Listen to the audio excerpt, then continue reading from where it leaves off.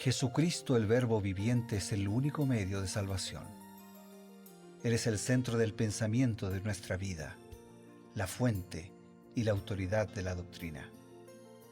El principal propósito de la vida de Cristo fue la obediencia a los mandamientos, exaltando la ley de Dios como un reflejo de su carácter.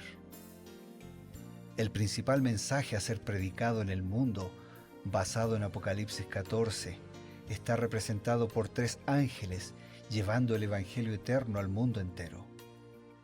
Este mensaje se basa en los encantos inigualables de Cristo y declara que la hora del juicio ha llegado y llama a obedecer los mandamientos de Dios. Mediante su palabra, Dios ha comunicado a los hombres el conocimiento necesario para la salvación.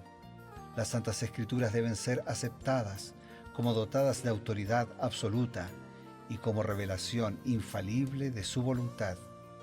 Y aunque el canon de las Escrituras inspiradas está cerrado, el Espíritu Santo continúa iluminando, amonestando y confortando al pueblo de Dios a través del testimonio de Jesús, el Espíritu de profecía. El camino a la vida se traza a través de un camino angosto que debe ser recorrido con confianza en las promesas que Dios dejó a hombres y mujeres fieles que dedicaron sus vidas hasta la muerte por el Evangelio eterno. Los fundadores de la Iglesia soñaron con el día en que la revelación sería una realidad en sus vidas. Miraron con los ojos de la fe a aquel día glorioso cuando finalmente la promesa sería cumplida en la venida magistral de Jesucristo a esta tierra para recompensar a cada uno según sea su obra.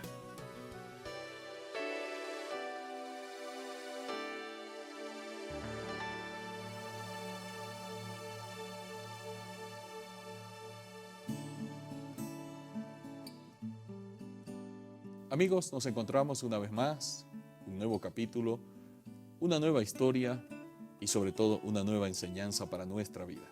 Esto es Creed en sus profetas y como siempre nos encontramos aquí con nuestro amigo, nuestro compañero interlocutor, el pastor Bruno Razo, quien nos trae el consejo inspirado. Bienvenido, pastor.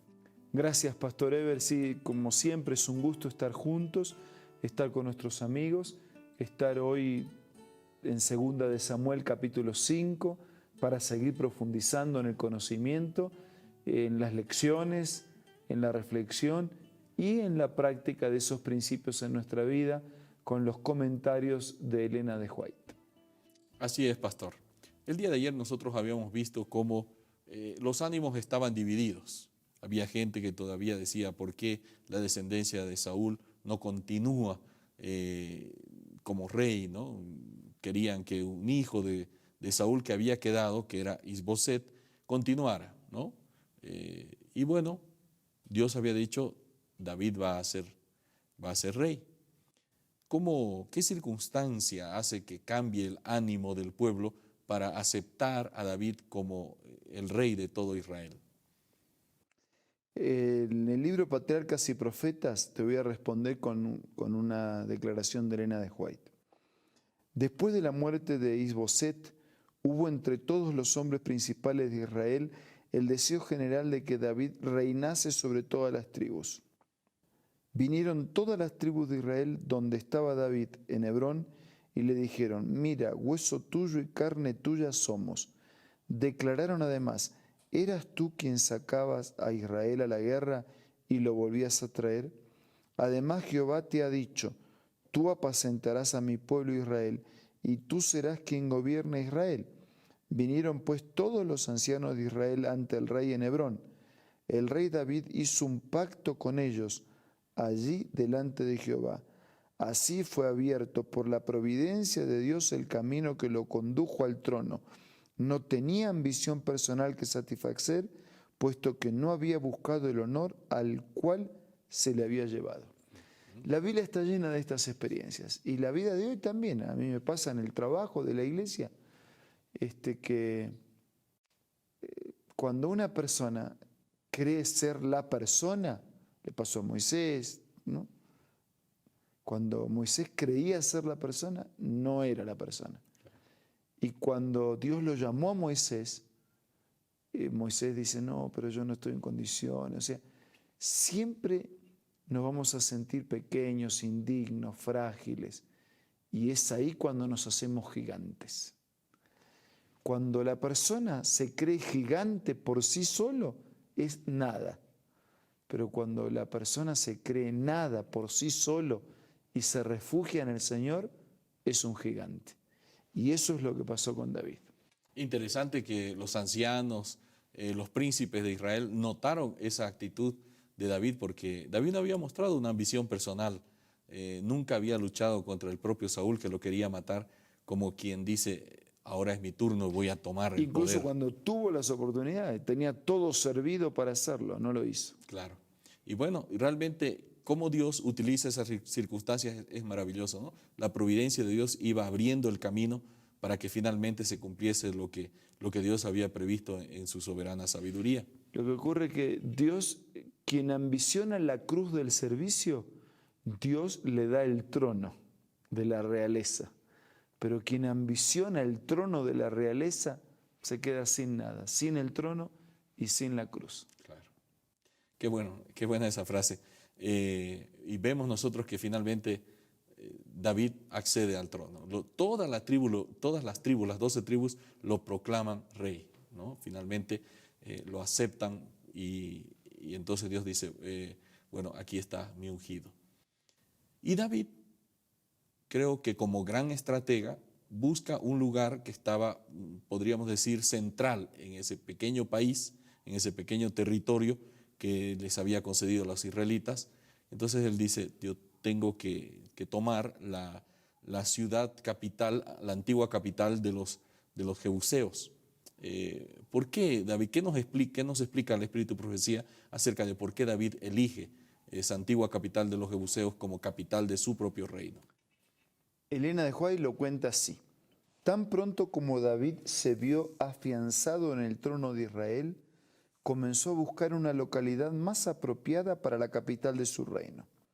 A unos 30 kilómetros de Hebrón se escogió un sitio como la futura metrópoli de la nación. Antes que Josué condujera los ejércitos de Israel a través del Jordán, ese lugar se había llamado Salem. Cerca de allí, Abraham había probado su lealtad a Dios. 800 años antes de la coronación de David, había vivido allí Melquisedec, sacerdote del Altísimo. Ocupaba este sitio una posición central y elevada en el país, protegida por un cerco de colinas. Como se hallaban en el límite entre Benjamín y Judá, estaba también muy próxima a Efraín, y las otras tribus tenían fácil acceso a él. Entonces, hay un par de razones. De paso, siempre que se trasladó una capital en todos nuestros países, ¿no? Siempre ha habido alguna dificultad. Claro. En Bolivia, en Brasil, pero siempre hubo razones de trasladar la capital. Correcto. Entonces, ¿por qué David pensó en esto? Había razones así de accesibilidad geográfica. Había razones de mejor comunicación. Había razones de centralización.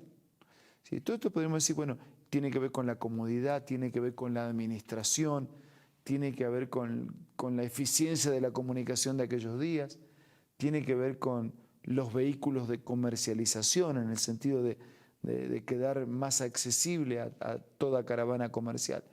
Pero en este caso también tenía valores definidamente históricos, espirituales. Abraham y su lealtad para con Dios, la actuación de Melquisedec, ese sumo sacerdote que no tenía herencia y que era un símbolo del Dios que no tenía herencia porque vivió desde siempre, esa ciudad que era la ciudad de paz y que era la ciudad de justicia.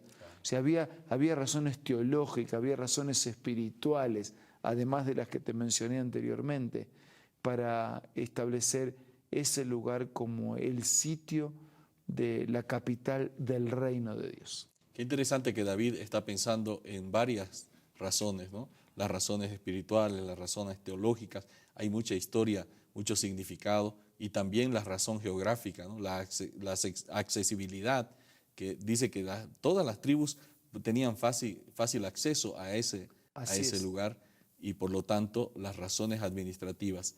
David combina todas esas cosas y dice, este es el lugar para la capital, y efectivamente la capital que llegó a ser Jerusalén, un símbolo de la capital también del reino de Dios. Del futuro reino de Dios, exactamente, así es. Y bueno, nosotros tenemos aquí una enseñanza, podríamos decir administrativa, ¿no? Que los administradores tienen que pensar no solamente en un segmento, sino en varias áreas para poder así atender las necesidades espirituales, bíblicas, teológicas, administrativas de la comunidad. Exactamente, nos debemos a la comunidad de la iglesia y nos debemos a la comunidad de la sociedad, y con una visión amplia, integradora, buscando suplir todas sus necesidades. Eso es muy importante. Ya ven ustedes, amigos, que la Biblia tiene tantos consejos que nos sirven a nosotros en diferentes áreas de la vida, administrativas, espirituales, eclesiásticas. Y bueno, por supuesto, todo eso lo podemos aplicar a nuestra vida y encontrando un consejo inspirado. Tenemos un momento para recibir también un consejo importante y enseguida volvemos. Hola, seguimos descubriendo más consejos interesantes. Mira el que encontré el día de hoy. No tenemos nunca por qué sentirnos solos. Los ángeles son nuestros compañeros. El Consolador que Cristo prometió enviar en su nombre mora con nosotros. En el camino que conduce a la ciudad de Dios no hay dificultades que no puedan ver quienes en Él confían. No hay peligros de que no puedan verse libres. No hay tristeza ni dolor, ni flaqueza humana para cual Él no haya preparado remedio. Linda cita, ¿verdad? Esta y muchas otras puedes encontrar en el libro Ministerio de Curación, escritas por Elena G. de White, una autora y escritora muy reconocida. Te invito a que puedas ser parte de tu biblioteca personal y te invito a que puedas adquirirlo ingresando a la página web www.aces.com.ar. Otra manera que tú puedes adquirir estos libros es buscando una iglesia adventista del séptimo día que esté cerca de donde tú te encuentres.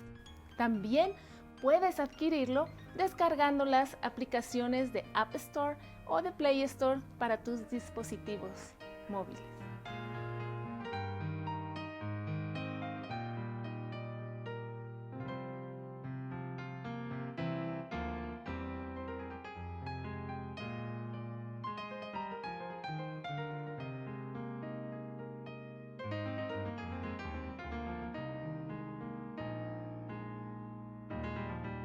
Gratos de continuar aquí en Creed en sus Profetas, y tenemos justamente el momento oportuno para recibir una invitación espiritual y también la oración que nos conecta con el cielo. Simplemente para decir que una vez que acomodemos a Dios como lo primero, como lo central, como lo equidistante de todo, todo lo demás se acomoda en su justo lugar. Entonces, priorice la existencia, la presencia, la soberanía, la palabra y la voluntad de Dios en su vida. Y como dice el Evangelio, lo demás va a venir por añadidura. Ahora vamos a orar.